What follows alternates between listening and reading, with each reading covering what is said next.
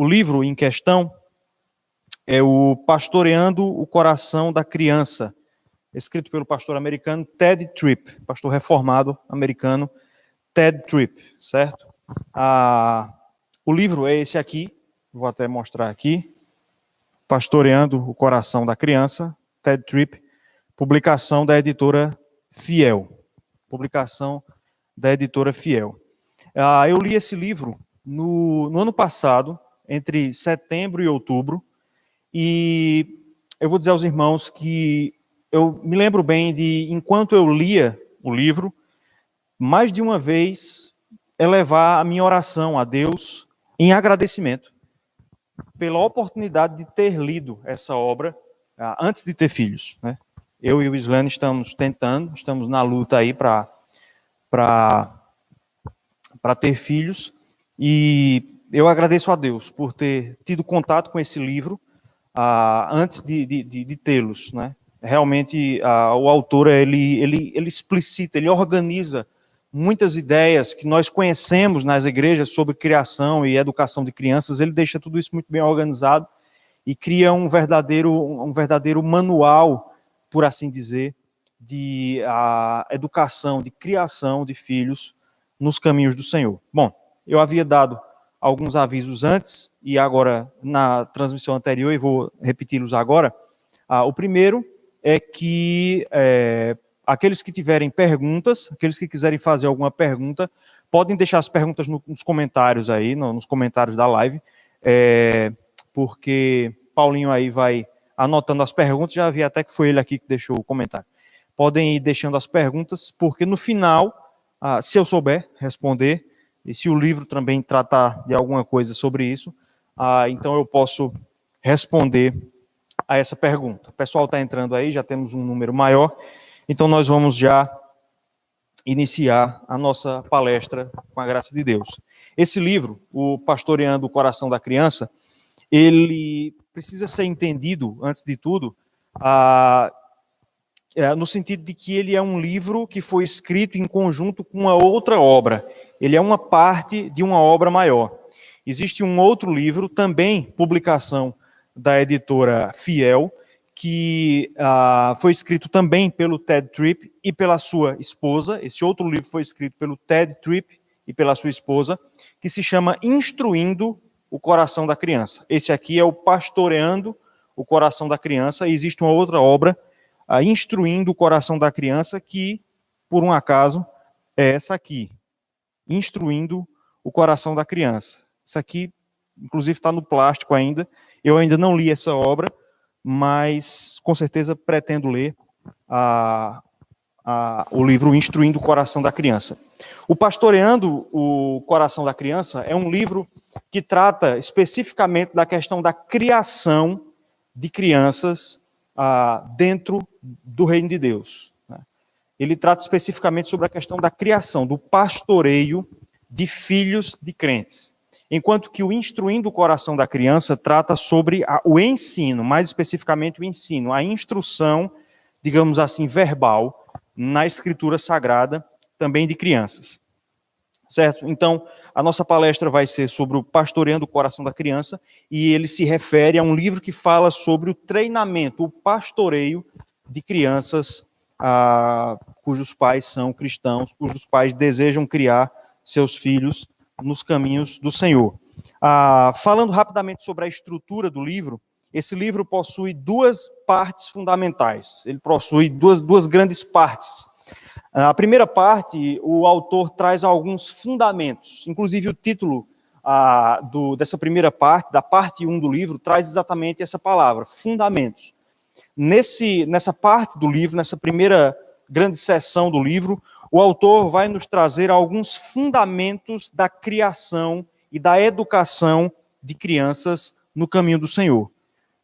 São vários capítulos, são acho que 10 ou 12 capítulos que compõem essa primeira parte do livro, mas eu divido, aqui para a palestra nossa, eu divido esses fundamentos em 3.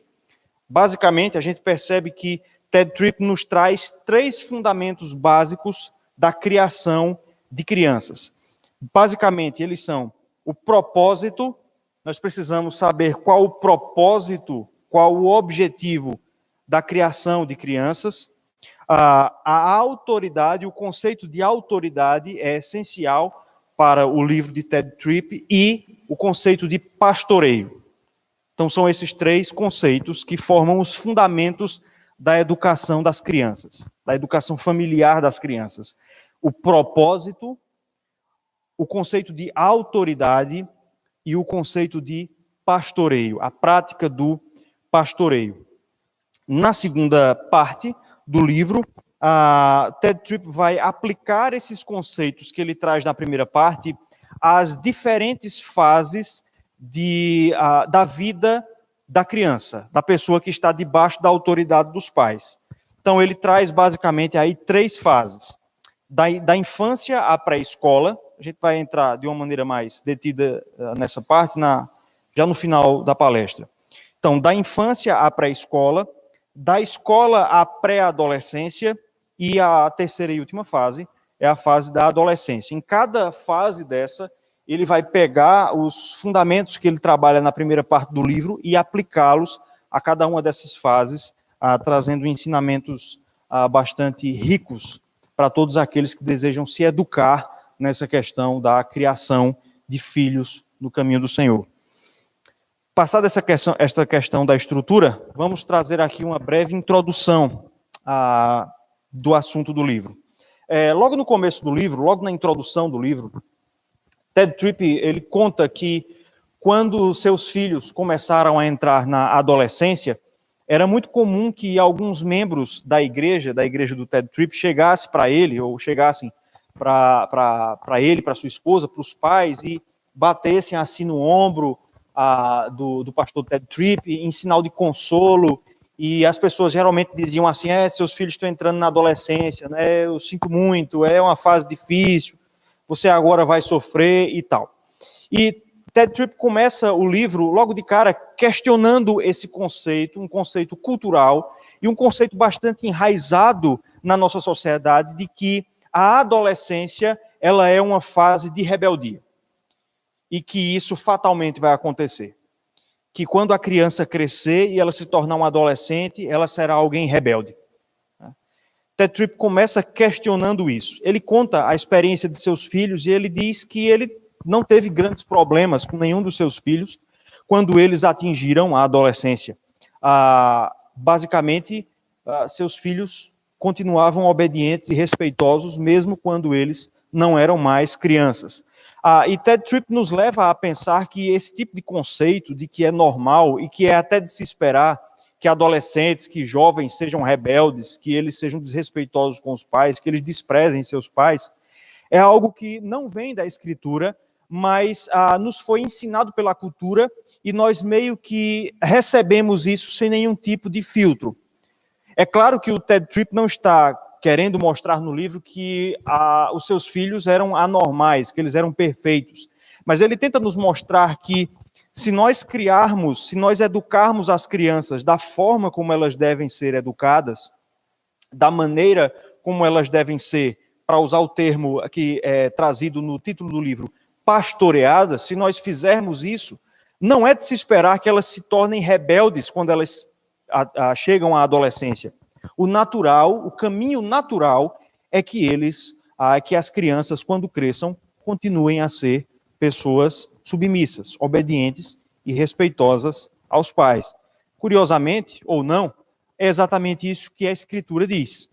Provérbios 22, verso 6, diz que se nós ensinarmos a criança no caminho que se deve andar, ela jamais se desviará dele. É claro que aquele versículo não é uma fórmula mágica, uma garantia absoluta de que todos aqueles que forem criados nos caminhos do Senhor sempre vão perseverar. Mas o versículo nos traz aquilo que é natural, aquilo que é de se esperar. É de se esperar que se alguém for criado e educado durante toda a sua infância nos caminhos do Senhor, que ele não se desvie desse caminho. Então veja que na igreja nós não deveríamos esperar que os adolescentes fossem rebeldes. Nós deveríamos esperar que eles fossem submissos.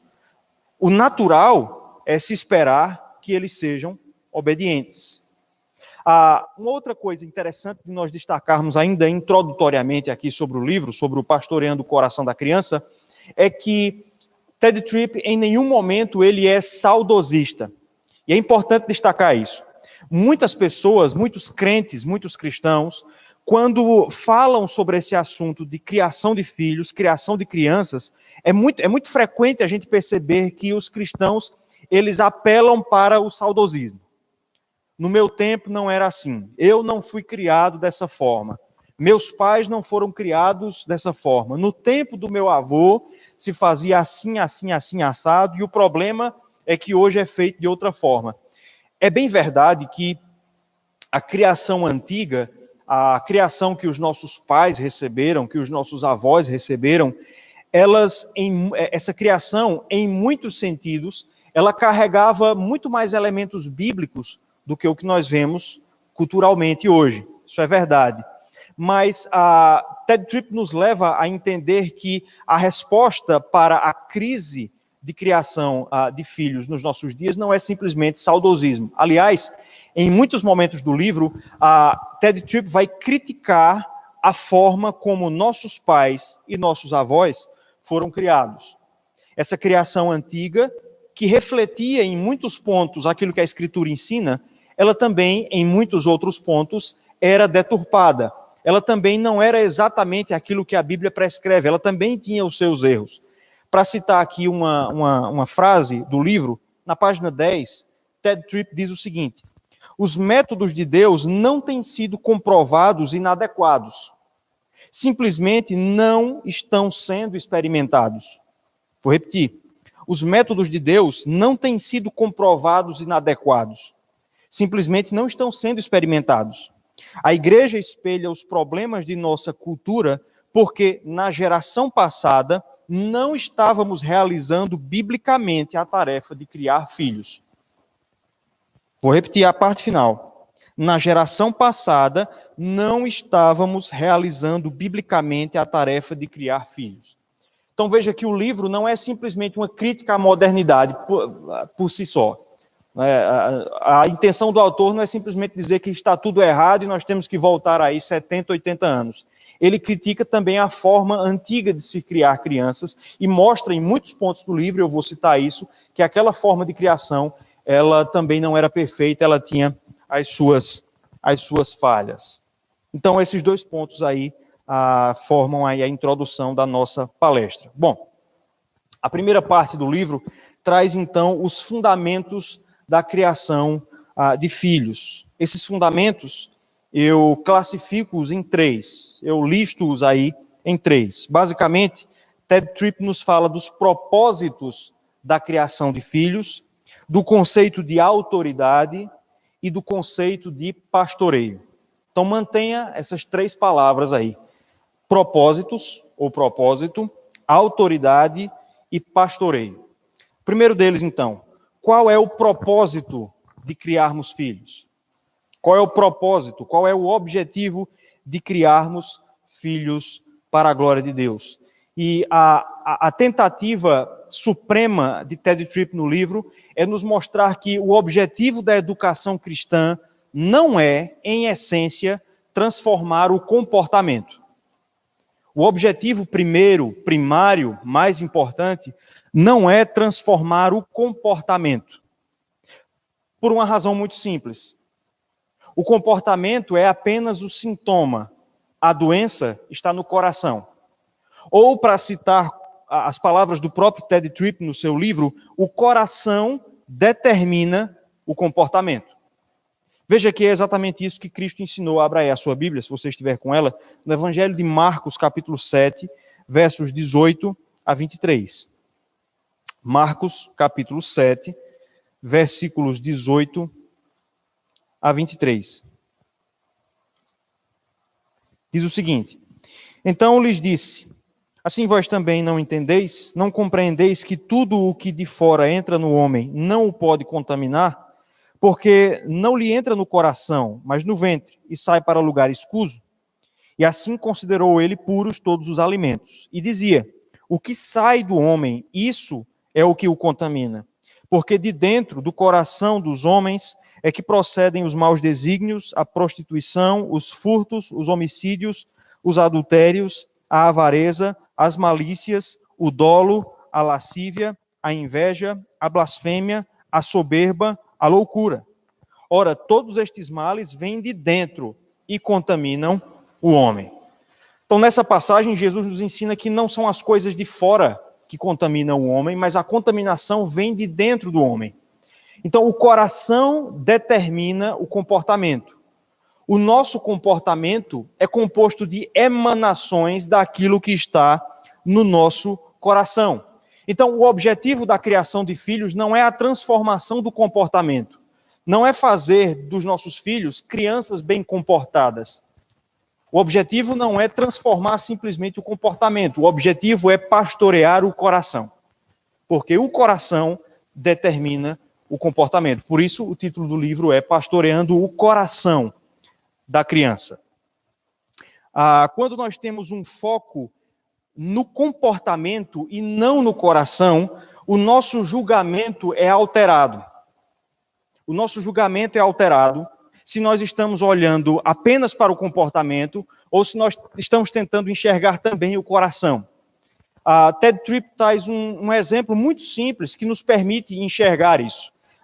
Ele traz o exemplo de uma criança, de dois irmãos que estão brincando.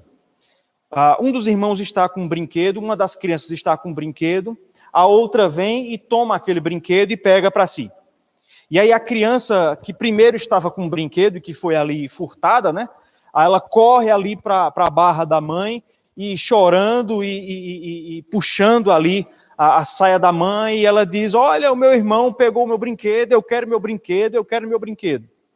Ted Tripp nos mostra que uma situação simples como essa, até corriqueira, muitos dos pais aí já devem ter passado por esse tipo de situação, uma análise sobre uma situação como essa, ela vai mudar radicalmente a depender de como nós o analisamos. Uma análise que esteja simplesmente no comportamento vai mostrar que a criança que tomou o brinquedo errou. Ela é a errada e a criança que teve o brinquedo tomado está certa. Uma análise que se restringe apenas ao comportamento chegaria a essa conclusão, de que a criança que estava primeiro com o brinquedo tem o direito. Ela está certa. E o brinquedo deve ser dado a ela. Entretanto, uma análise que desça mais profundamente e que procure olhar o coração, concluiria de maneira diferente. Uma análise do coração revelaria que as duas crianças estão em pecado. A primeira por causa da cobiça, porque ela tomou o brinquedo que era do irmão ou que estava com o irmão. Mas a segunda peca também pelo orgulho, pela avareza. Por ter um coração que não permite compartilhar o seu próprio brinquedo.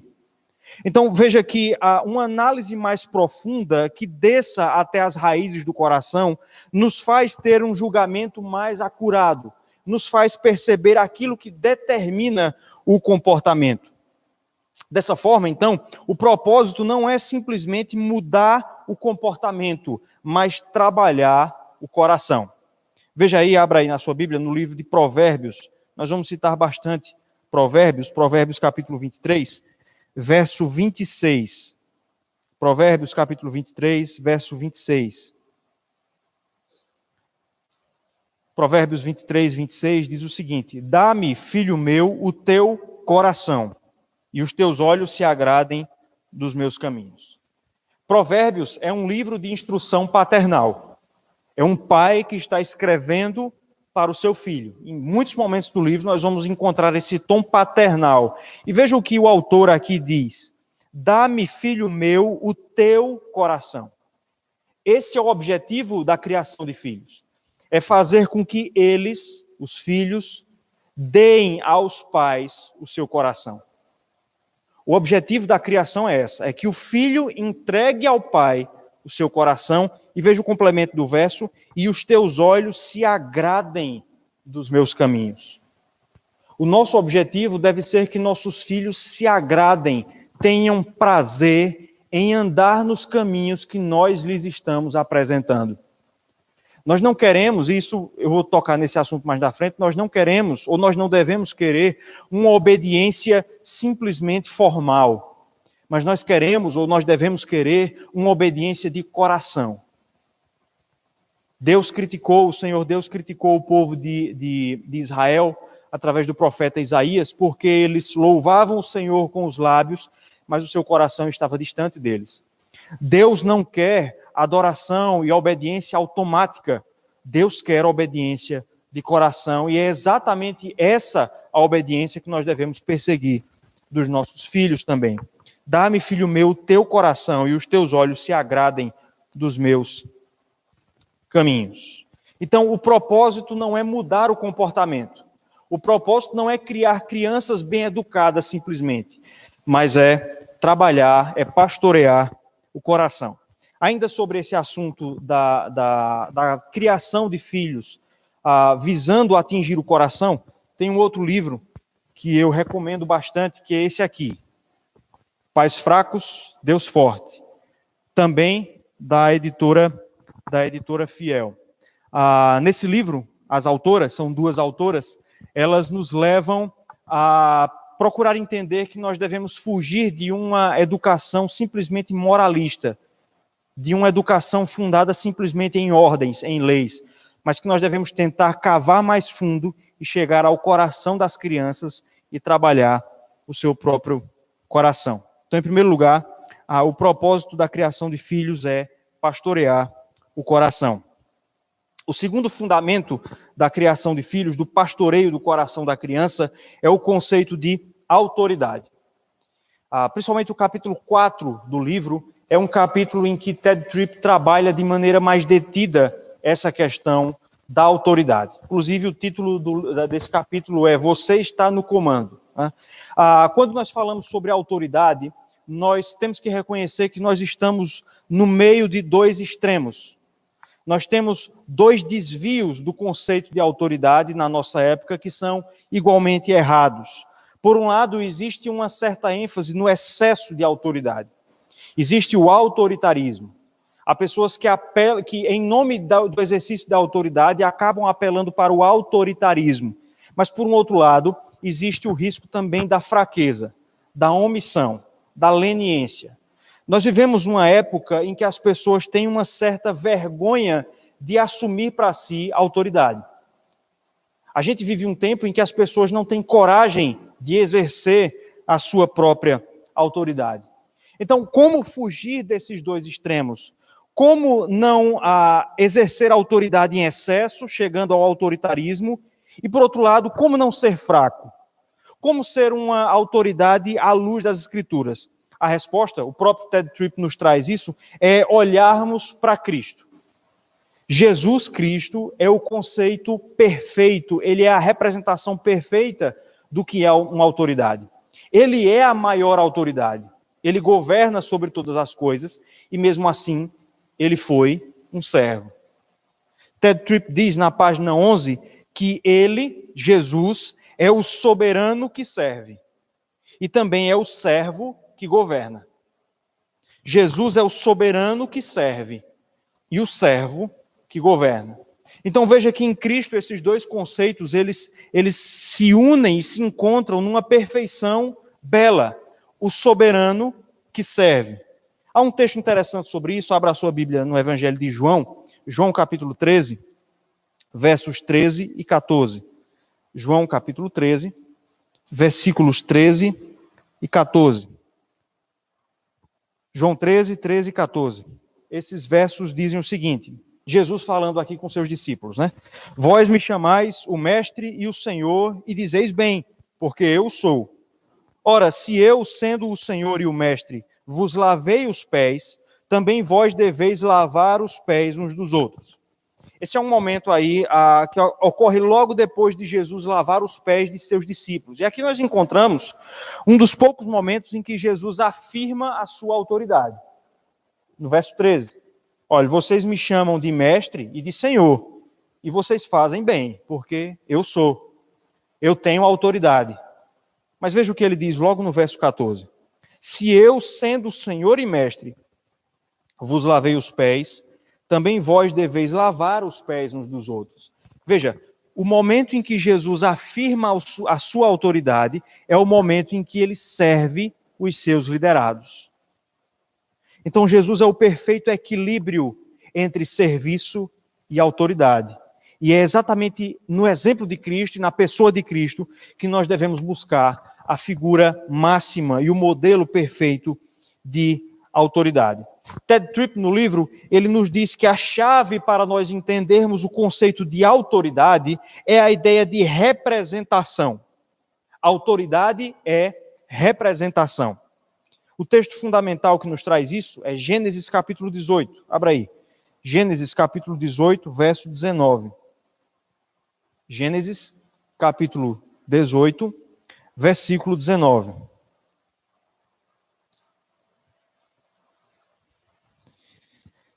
Que diz o seguinte: porque eu o escolhi para que ordene a seus filhos e a sua casa depois dele, a fim de que guardem o caminho do Senhor e pratiquem a justiça e o juízo, para que o Senhor faça vir sobre Abraão o que tem falado a seu respeito. Nesse texto, Deus está falando a respeito de Abraão. O que é que ele diz no começo do verso 19? Que Abraão havia sido escolhido para ordenar a seus filhos e a sua casa depois dele. Deus escolheu Abraão para ordenar aos seus filhos, para ser o representante divino diante da sua casa.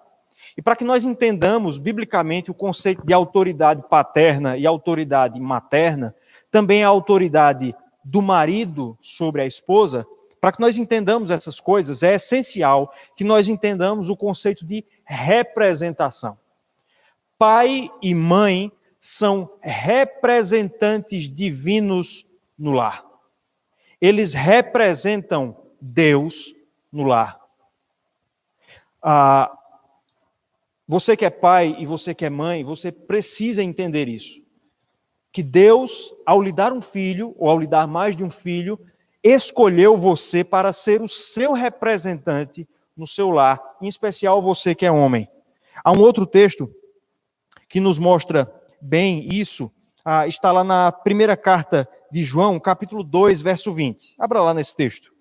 1 João, capítulo 2, verso 20. Nós vamos encontrar aí mais um texto que nos fala sobre essa questão de representação. 1 João, capítulo 2, verso 20.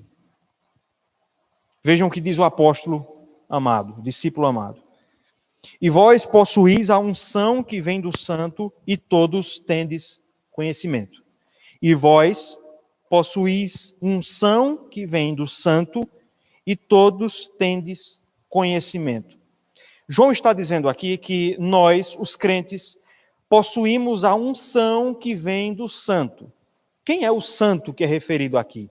É Cristo. Né? Você veja aí que está com letra maiúscula, né? A primeira letra está com caixa alta. O santo aqui é Cristo. A palavra Cristo é a tradução da palavra hebraica Messias. E essas duas palavras significam ungido. Jesus é o ungido de Deus.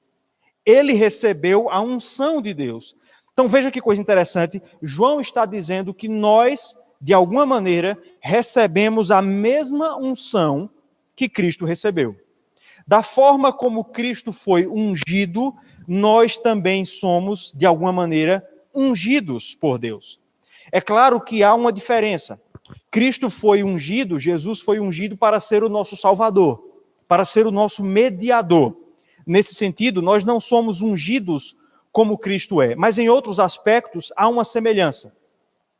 Da mesma forma, então, como Cristo, como Jesus Cristo, é o representante de Deus diante dos homens, porque ele é o ungido de Deus, sobre ele repousa a unção do Pai, assim nós somos representantes de Deus na nossa casa, porque sobre nós também repousa a unção do Santo. Jesus foi ungido para ser o nosso mediador, e ele faz isso através de 3 ofícios. Os irmãos, creio, sabem bem. Ele é rei, profeta e sacerdote. São 3 ofícios: ofício real, ofício profético, ofício sacerdotal. De uma maneira semelhante, nós exercemos, nós pais e nós maridos, nós exercemos esses mesmos 3 ofícios na nossa casa. E, em especial, o pai. Em especial, o marido, o homem. É muito comum que a gente se refira ao ofício sacerdotal, né? De vez em quando a gente ouve falar disso. Marido, pai, você é o sacerdote da casa. Isso é verdade. Mas eu quero que você perceba que você não é apenas o sacerdote da casa. Você é o rei da casa. Você deve governar a sua casa. Você é também o profeta da sua casa. Você deve pregar para a sua esposa, para os seus filhos. Nós, meus irmãos, pais, os irmãos que são pais, nós, maridos, somos tipos de Cristo no lar. Sobre nós repousa a unção que vem do Santo.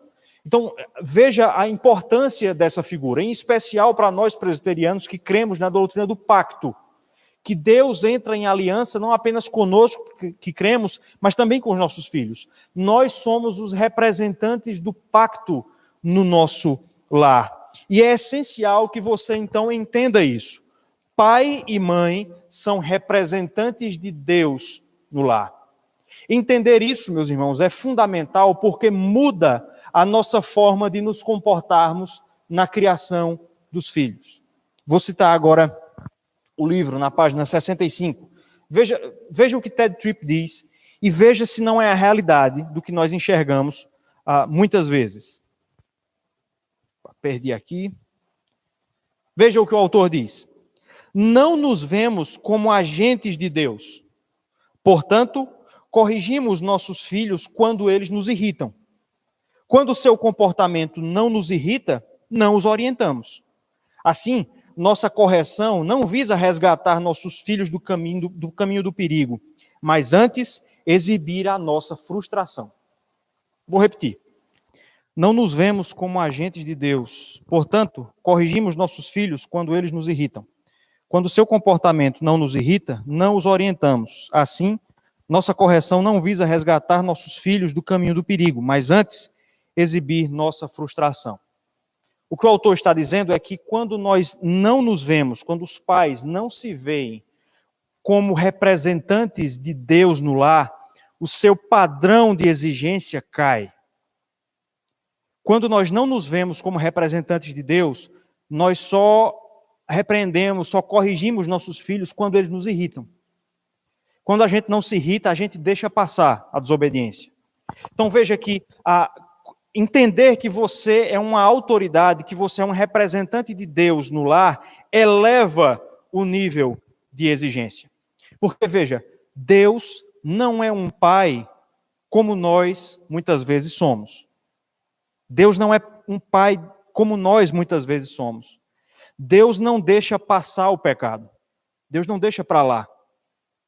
O autor aos Hebreus diz que Deus açoita a todo filho que ama. Então, quando nós nos vemos, quando nós nos enxergamos como representantes de Deus, é mais difícil ser omisso na criação dos filhos. Aí você percebe que você não pode deixar a desobediência para lá. Porque não se trata de o filho simplesmente desobedecer o pai. Se trata de ele resistir à autoridade constituída por Deus. Por um outro lado, quando nós entendemos que nós somos representantes de Deus, nós entendemos que os filhos não são nossa propriedade. Então nós não avançamos o sinal. Você não espanca seu filho porque ele não é, em última instância, seu. Mas ele é de Deus, que te designou como seu mordomo, como seu tutor, por um determinado período da sua vida. Então é essencial que nós entendamos o conceito de autoridade. A consciência da representação divina no lar inibe excessos e também a leniência. Se nós entendermos que, como pais, como pai, como mãe, nós somos representantes de Deus no lar, então nós não seremos nem excessivos na nossa disciplina, mas nós também não seremos covardes, não seremos omissos na nossa missão. E o terceiro conceito que Ted Tripp traz no seu livro, esse eu vou demorar um pouco mais, é o conceito de pastoreio. Ele nos diz no livro que a criação de filhos não é simplesmente uma alimentação física. A função do pai e da mãe não é simplesmente garantir que o filho sobreviva, durante a infância ali, não deixar que ele morra de fome, né? Mas é uma tarefa muito mais complexa do que isso. A finalidade do autor é fazer com que nós enxerguemos o relacionamento pastor-ovelha. O pastor não simplesmente dá comida à ovelha. A ovelha é um dos animais mais dependentes que existem do seu pastor, daquele que cuida dela. A ovelha é extremamente tola, insensata. Ela precisa então ser pastoreada, ela precisa ser guiada. E é exatamente esse conceito que a Ted Tripp quer trazer à nossa mente. A figura do pastor, entretanto, ela não é perfeita, porque ela não contempla o autoconhecimento revelacional. Em outras palavras, a figura do pastor de ovelhas, ela nos dá uma ideia do que é criar filhos, mas ela não é perfeita, porque a criança tem necessidades que a ovelha, obviamente, não tem. Ted Tripp diz o seguinte, na página 13, este processo de pastorear é uma rica interação com seu filho, mais rica do que simplesmente dizer-lhe o que fazer e pensar. Pastorear envolve investir sua vida em seu filho. Pastorear envolve investir a sua vida no seu filho, através de uma comunicação aberta e honesta que expõe o significado e o propósito da vida. Não é simplesmente direção, mas sim direção em que há autorrevelação e compartilhamento. Valores e vitalidade espiritual não são simplesmente ensinados, mas assimilados. Então veja que não se trata simplesmente de passar regras, de dizer à criança o que é que ela deve fazer, o que é bonito e o que é feio. Mas se trata de pastorear aquela vida. Se trata de chegar ao coração. É a dedicação de uma vida em prol da outra.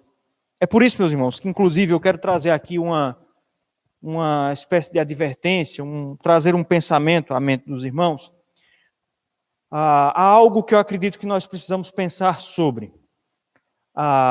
Eu creio que, ao falarmos sobre esse assunto, nós temos que concluir que homens e mulheres casados que têm filhos devem ou deveriam priorizar o pastoreio de seus filhos acima de qualquer outra coisa. A prioridade de um homem casado é a sua esposa e os seus filhos. A prioridade de uma mulher que tem filhos são seus filhos. Eu digo isso porque muitas vezes há uma certa inversão, mesmo dentro da igreja. Há muitos pais e mães que negligenciam essa tarefa ampla de pastorear, de caminhar com seus filhos, muitas vezes por causa dos trabalhos da igreja.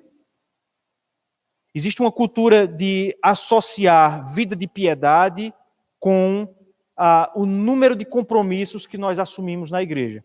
E isso muitas vezes causa um prejuízo enorme na nossa maior tarefa, a partir do momento em que nós somos pais, que é servir de pastores de nossos filhos. Você precisa dedicar a sua vida a isso, ao pastoreio das crianças. Nesse pastoreio, nós devemos, diz o autor, nos livrar dos métodos não bíblicos e adotar os métodos bíblicos. A gente tem que abandonar os métodos que não são bíblicos, que são ensinados pela cultura, e adotar, no lugar deles, os métodos bíblicos. Quais são os métodos não bíblicos? Ele traz 5. Eu coloquei aqui em 4. Em primeiro lugar, nós temos a psicologia popular e a mudança de comportamento. Esses dois métodos são tratados como dois, mas eu coloco aqui como um só. Eles se baseiam na psicologia behaviorista. O behaviorismo é uma escola da psicologia que tenta explicar o comportamento humano a partir da ideia de estímulos. Ou seja, os psicólogos behavioristas dizem que nós agimos de acordo com estímulos.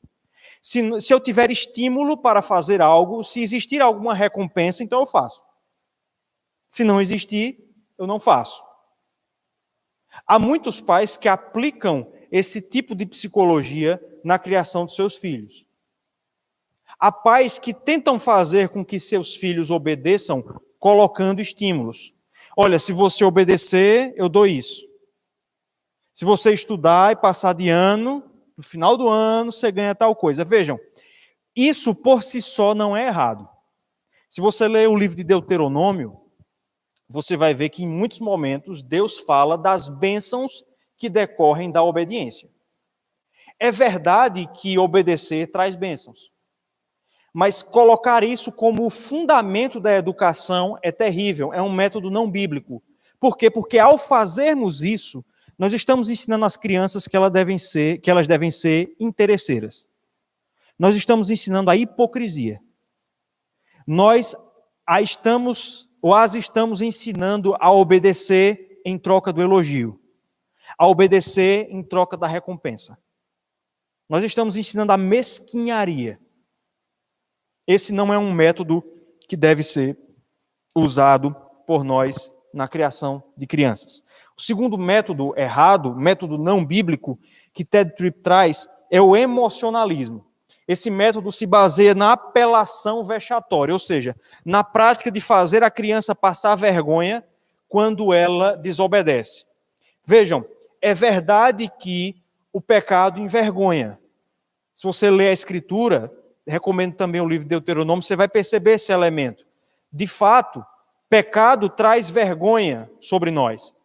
Mas os pais não devem usar isso na criação de seus filhos. Isso é uma coisa que de vez em quando a gente vê por aí e isso é errado. Isso é errado. De vez em quando eu percebo isso.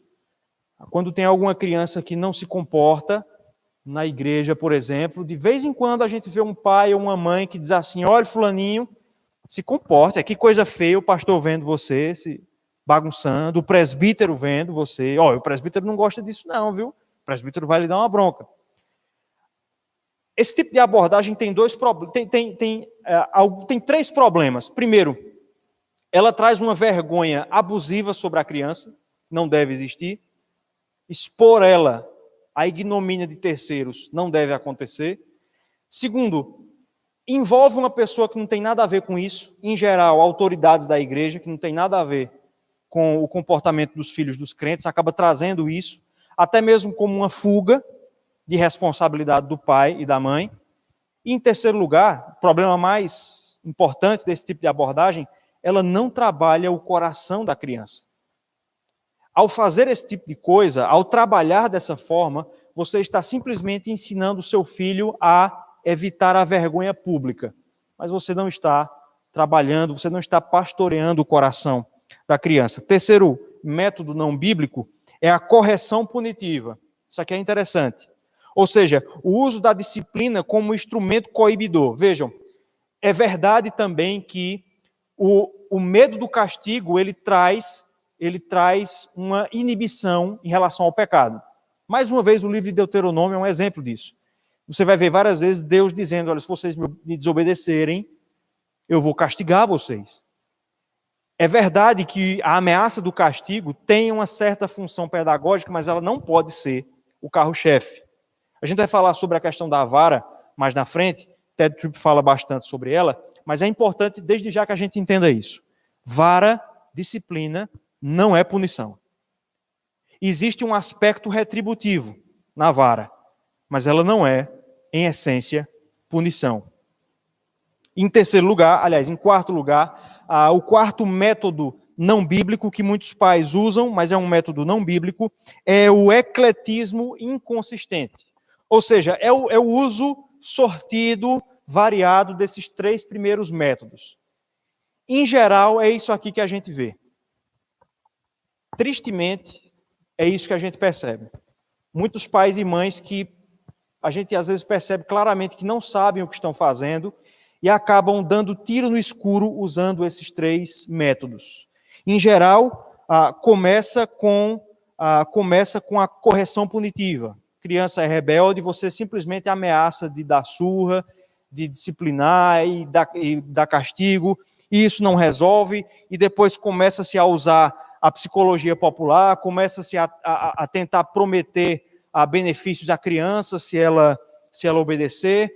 Isso às vezes produz algum resultado, mas que não é duradouro, e aí apela-se para o emocionalismo.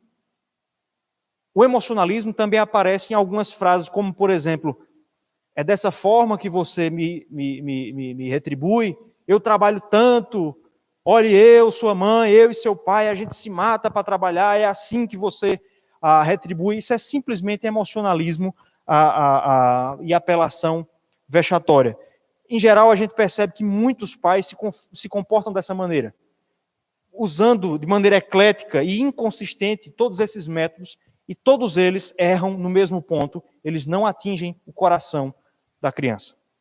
Então, nós devemos, então, rejeitar esses métodos como sendo não bíblicos, pelo menos eles não devem ser o carro-chefe, e nós devemos, então, adotar os métodos bíblicos. Uma última questão, duas questões sobre essa questão dos métodos não bíblicos.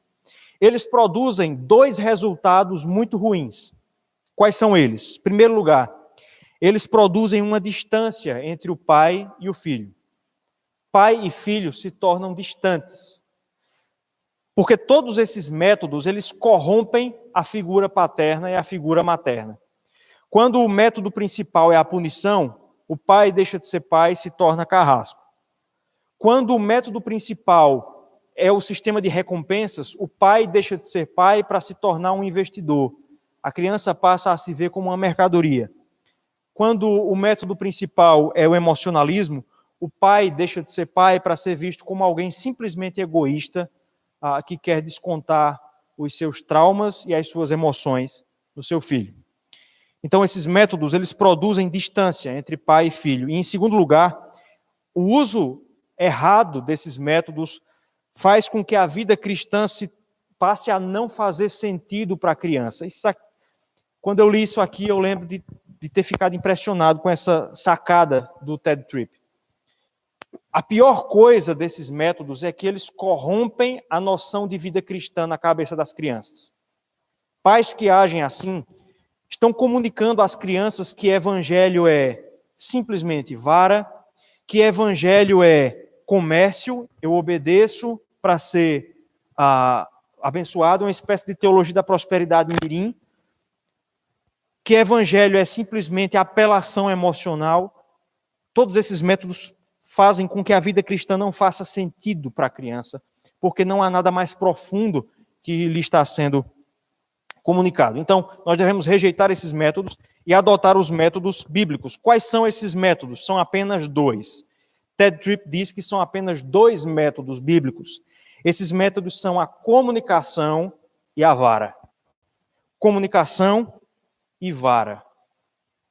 Abra sua Bíblia aí agora em Provérbios, capítulo 23, versos 13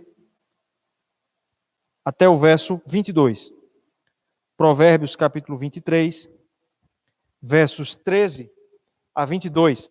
Vejam que esses métodos, eles vão aparecer aqui nesse texto. Paulinho, só antes de ler, Paulinho me informou aqui que os comentários estão desabilitados.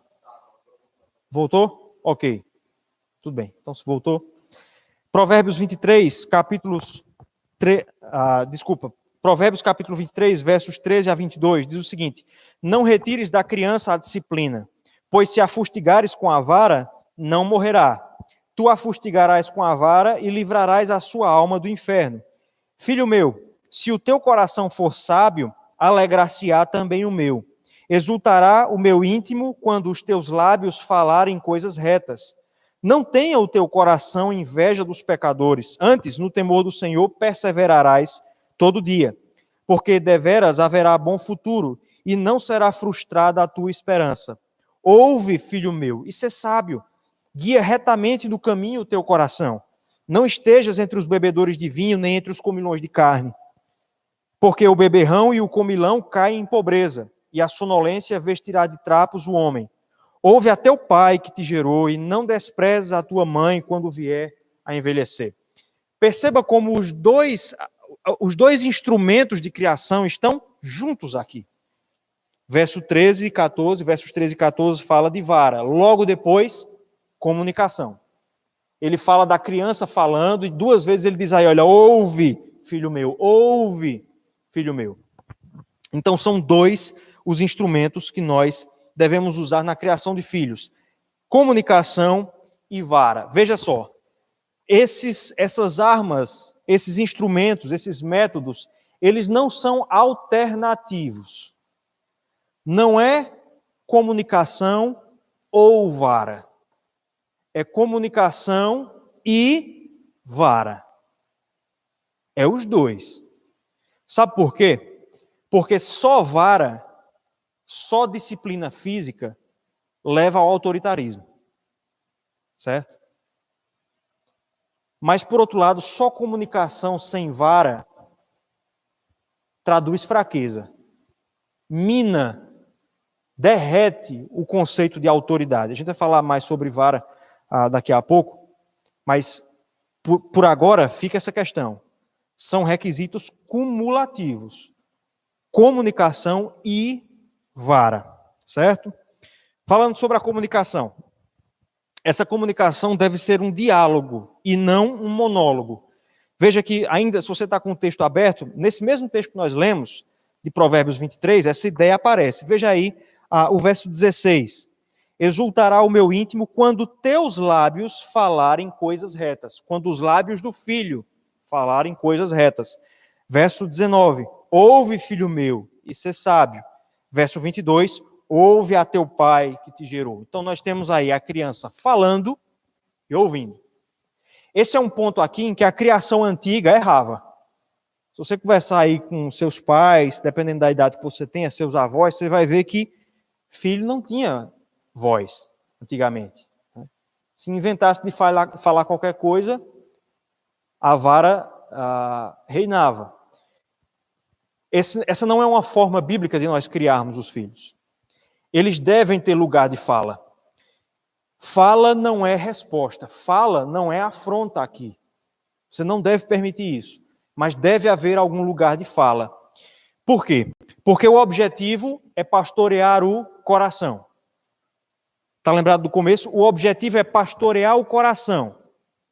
Como é que nós conhecemos o coração de alguém? A própria Escritura diz que a boca fala do que o coração está cheio. Então, se você quer conhecer o coração de alguém, você deve ouvir o que ela fala.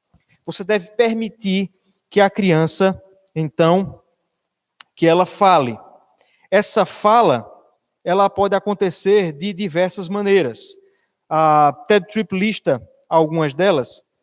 Ele fala, por exemplo, do encorajamento, da correção, da repreensão, do apelo, da instrução, do aviso e também da oração.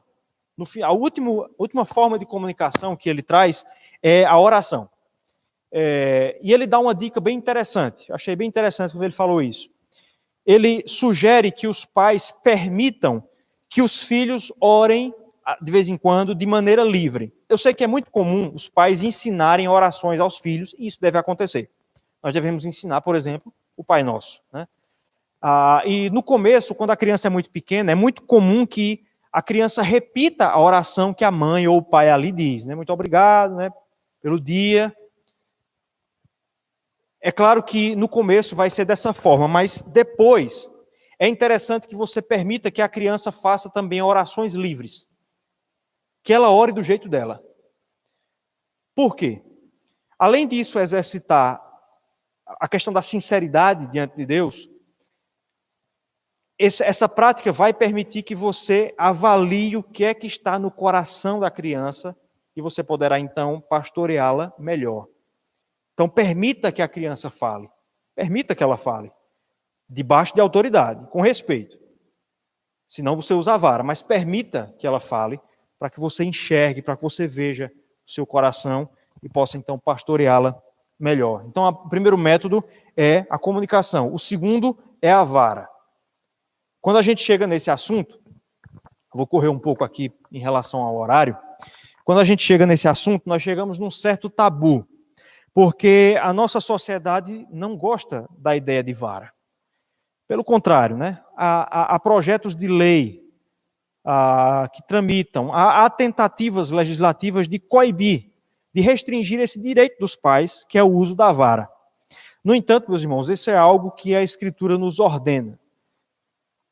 Que os pais e as mães usem de maneira consistente e correta a vara sobre seus filhos.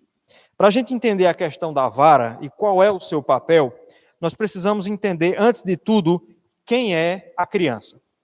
A criança, do ponto de vista bíblico, é uma pessoa insensata. É isso que a Escritura ensina, que crianças são insensatas.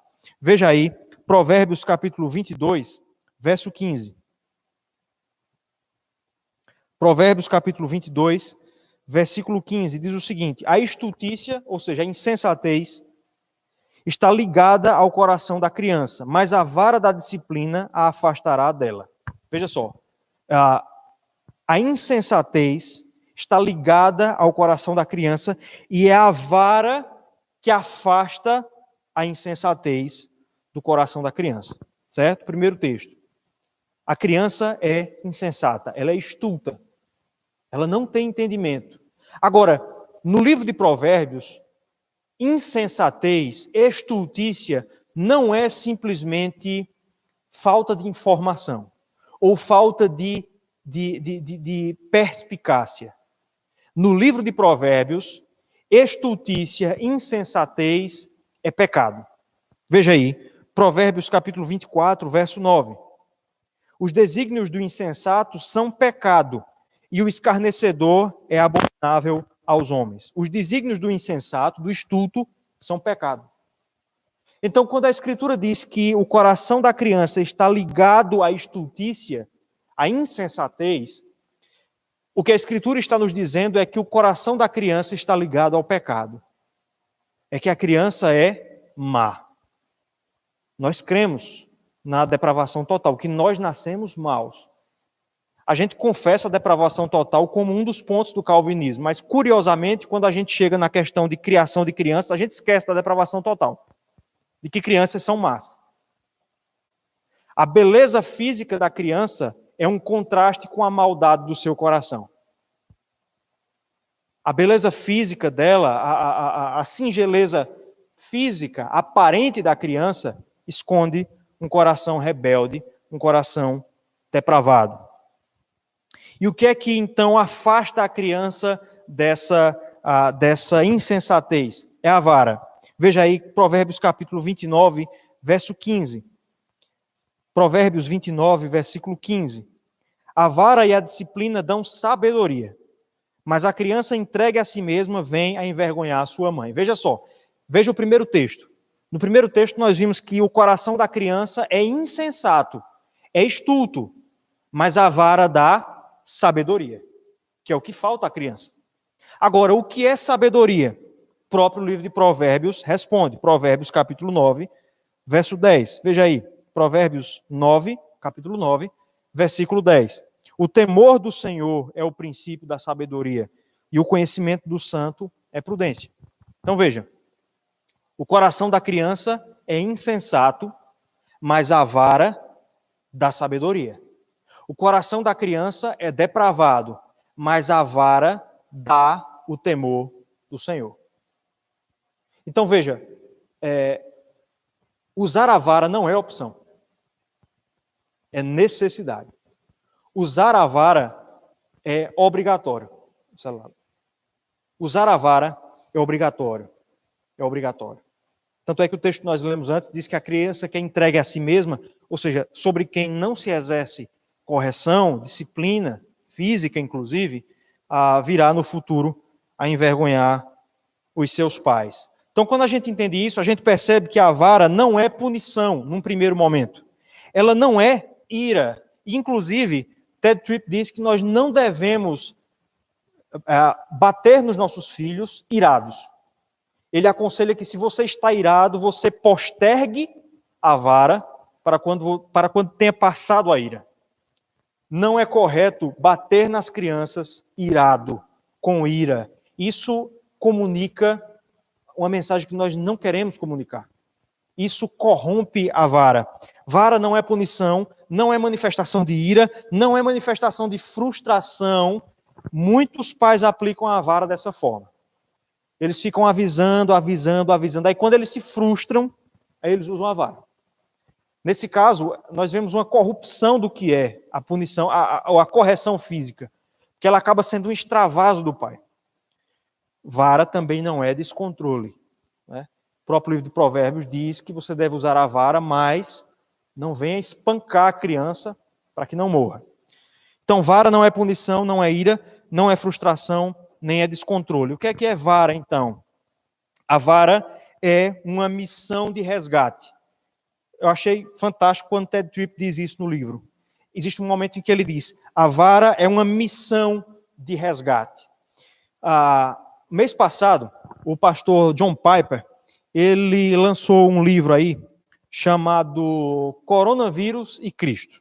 Coronavírus e Cristo. Inclusive, é grátis esse livro, você pode baixar aí no site da editora Fiel. Inclusive, foi lançado aqui no Brasil pela Fiel. Coronavírus e Cristo. Só para abrir um parênteses aqui, para descontrair um pouco, a gente está ouvindo tanto falar de coronavírus, que esses dias eu estava comentando sobre esse livro em casa com o Islane, aí eu troquei as palavras e acabei falando Corona, Cristo e vírus, ao invés de coronavírus e Cristo. E aí foi uma situação engraçada. Nesse livro, Ted Tripp diz que a vara ela é uma missão de resgate. Aliás, desculpa, o John Piper, nesse livro, Coronavírus e Cristo, ele tenta trazer algumas noções, alguns ensinamentos bíblicos acerca dessa situação que nós estamos vivendo no que diz respeito ao coronavírus. Na segunda parte do livro, John Piper, ele tenta listar 6 coisas que Deus está fazendo através dessa pandemia do coronavírus. A primeira coisa, a primeira razão que ele apresenta, a primeira ação de Deus através do coronavírus, que John Piper traz, ele diz que Deus está tentando trazer uma representação física do mal do pecado. O que John Piper diz é que nós nos esquecemos do nosso pecado com muita facilidade. Nós temos uma tendência a ignorar nossos próprios pecados, até que Deus toca nos nossos corpos, até que vem a doença. Aí nós nos lembramos do pecado. A vara, ela tem mais ou menos essa função.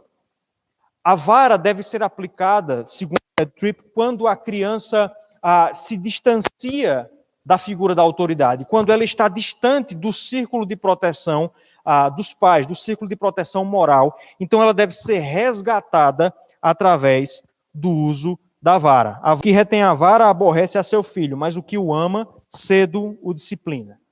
Então, a Bíblia não responde de maneira direta quando é que eu devo começar a usar a vara, mas ela diz indiretamente. O silêncio da Bíblia é a própria resposta. Quando é que eu devo usar a vara? Quando é que o pai, quando é que a mãe deve usar a vara? Quando a criança se mostra rebelde. E quando é que isso começa? Cedo. Então, no primeiro momento em que houver rebeldia inveterada, é o momento de se aplicar a vara, proporcionalmente à capacidade física da criança, obviamente. Certo? Então, são esses 3 elementos, 3 fundamentos da criação de filhos. Os propósitos, o conceito de autoridade e o pastoreio. E dentro do pastoreio, o uso da comunicação e da vara. A segunda parte, agora eu quero passar muito rapidamente sobre essa parte aqui da palestra. Na segunda parte do livro, Ted Tripp vai aplicar esses conceitos às diferentes fases da vida da criança. São 3 fases, da infância à pré-escola, mais ou menos do 0 a 5 anos de idade, depois da fase escolar até a pré-adolescência, dos 5, 6 anos até os 12 anos, e depois na adolescência, dos 13 anos em diante. Perceba, colocar um asterisco aqui, eu sei que tem alguns pais que vão entender o que eu vou dizer agora. Perceba que essa divisão lembra muito a questão do trivium. A forma como Ted Tripp aplica esses conceitos nessas 3 fases lembra muito a questão do trivium, né? Da gramática, da lógica e da retórica. Essas 3 fases emulam exatamente esses 3 conceitos aí do trivium, né? Do método de educação clássica. Então, na primeira fase, na infância, de 0 a 5 anos, o objetivo fundamental, segundo Ted Tripp, é fixar o conceito de obediência. Obediência. A meta principal nessa fase não é ensinar a criança conceitos elaborados teologicamente falando, não é fazer com que ela compreenda ou que ela entenda dilemas da vida, não. O objetivo dessa fase, o objetivo gramatical dessa fase, né, é fazer com que a criança entenda obediência.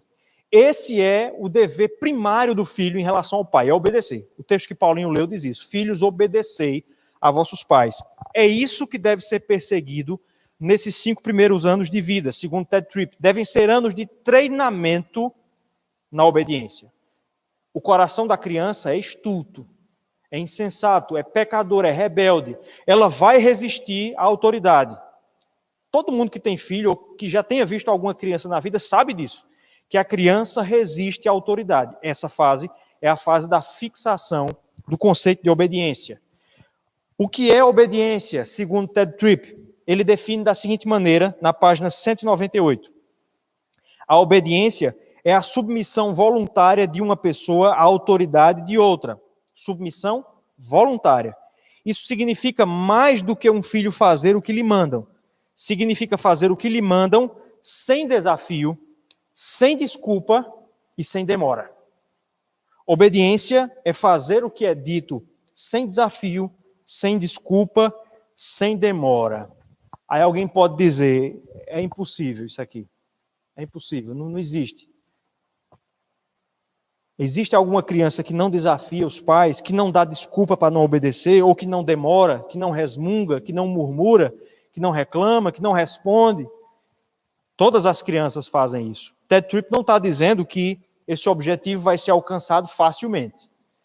Mas os pais bíblicos, os pais cristãos, não devem se contentar com menos do que isso. Preste bem atenção. Obediência que é feita depois de murmuração, depois de resposta, depois de protesto, obediência feita de má vontade, obediência aos olhos de Deus. E por que é que nós, como pais, não devemos nos contentar com obediência dessa forma? Porque esse tipo de obediência ela é apenas uma obediência do comportamento. A criança que obedece ciscando no chão, murmurando, reclamando, é aquela história, né, do pai que manda o filho sentar, aí o filho senta e diz assim, por dentro eu estou em pé. O filho que obedece dessa forma, ele teve uma mudança no seu comportamento, mas o seu coração ainda precisa ser trabalhado. E o objetivo qual é? É pastorear o coração. Então, pais e mães não devem se contentar com um conceito baixo de obediência. Obediência é obediência sem desafio, sem desculpa e sem demora. Eu ia fazer uma citação aqui, mas não vou fazer por causa do tempo.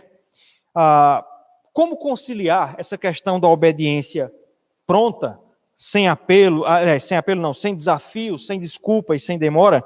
Como conciliar isso com aquela questão da comunicação que a gente falou? E principalmente do direito da criança falar, né?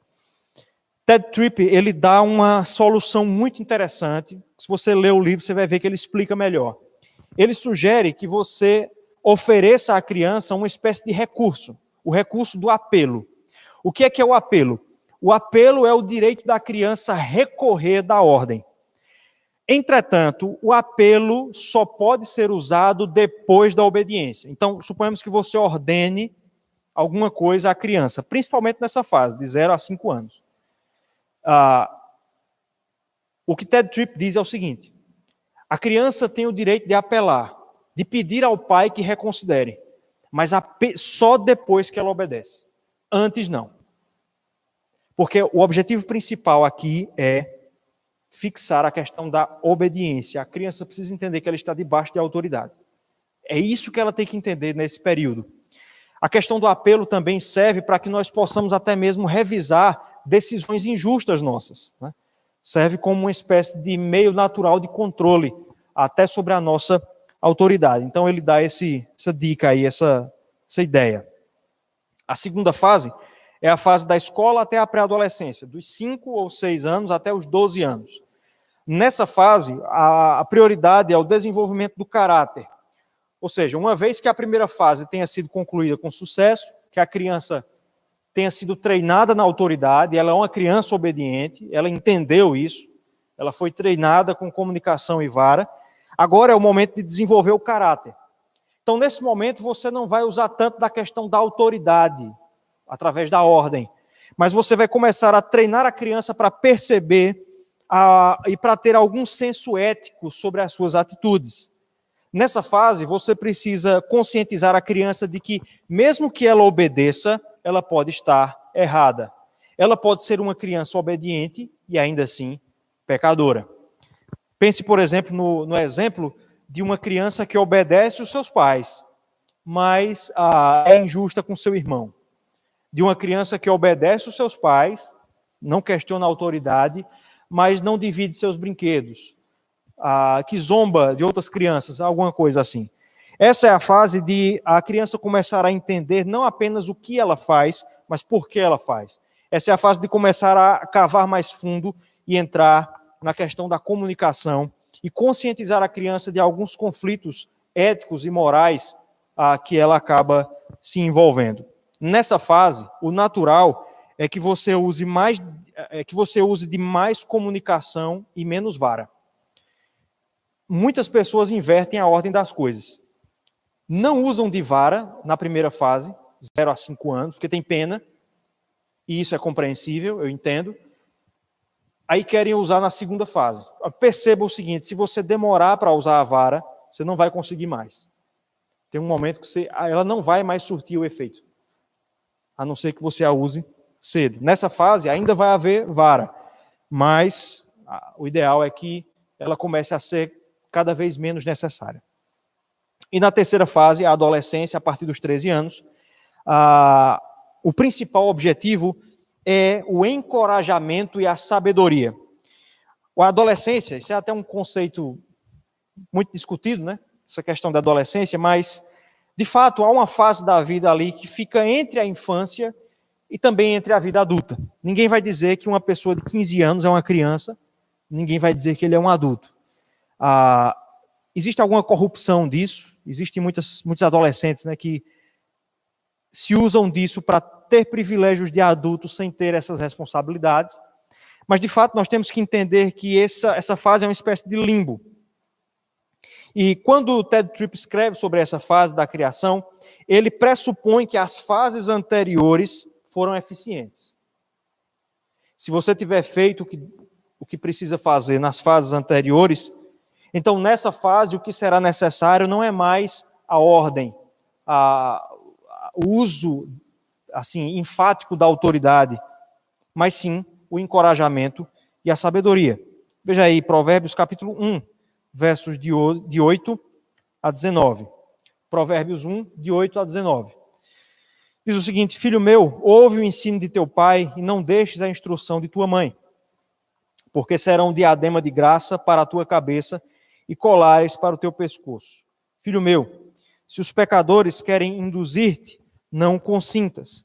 Se disserem, vem conosco, embosquemo-nos para derramar sangues, espreitemos, ainda que sem motivos inocentes, traguemo-los vivos como o abismo e inteiros, como os que descem a cova, acharemos toda sorte de bens preciosos, encheremos de despojos a nossa casa.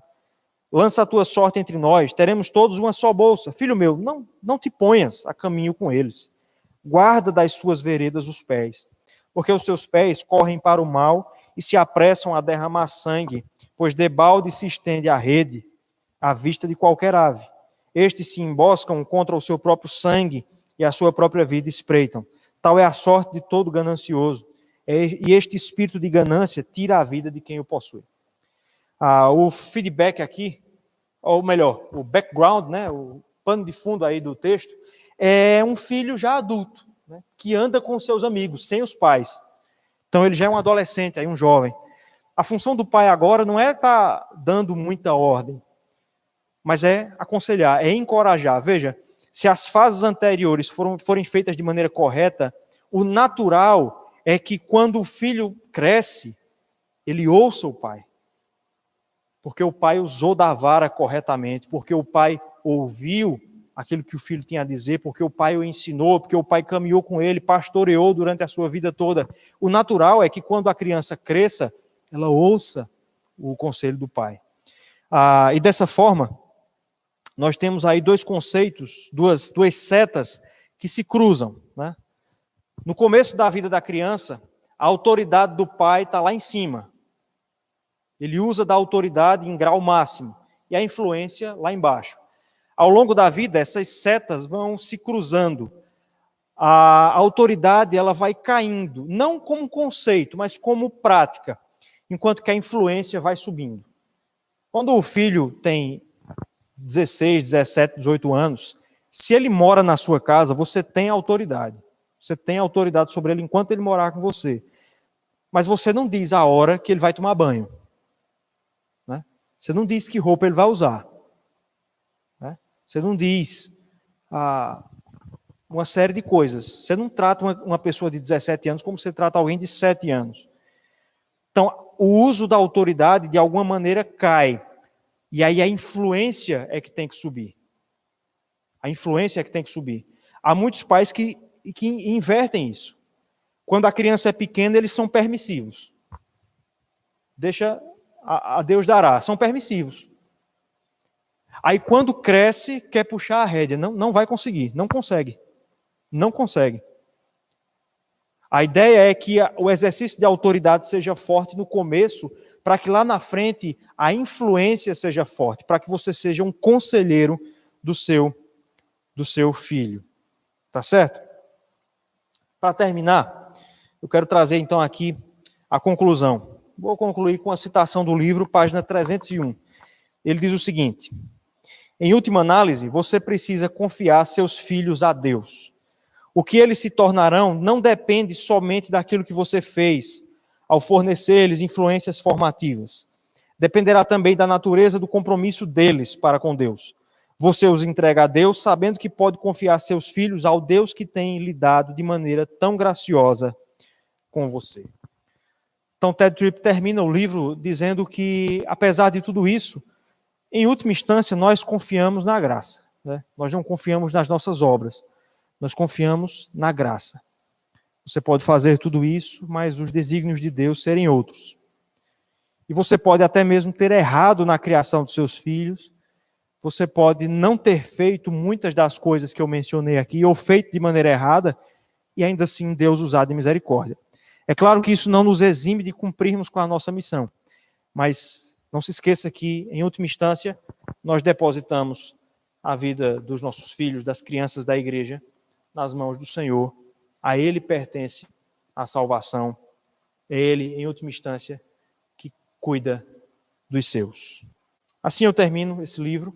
Aliás, a palestra sobre esse livro. Tivemos alguns percalços aí. O tablet aqui não me ajudou muito. Me atrapalhou algumas vezes, mas graças a Deus eu consegui terminar. Espero que tenha sido proveitoso. Né? Demorei um pouco. Não acho que haja perguntas. Ninguém falou nada. E aconselho a todos os pais que leiam esse livro, que comprem esse livro e leiam. Existem muitas aplicações práticas, muitas perguntas que ele responde. Ele coloca algumas perguntas possíveis dos pais, muitas situações práticas, muitos exemplos da vida dele, exemplos de casais que ele aconselhou, de pais que ele aconselhou durante a sua vida pastoral, durante o seu ministério. E tudo isso, todas essas coisas tornam esse livro aqui um instrumento rico para a nossa instrução no cuidado com as crianças. Tá certo? Tem perguntas aí, Paulinho? Não, né? Tem não, né? Vamos orar então, vamos terminar esse momento com oração.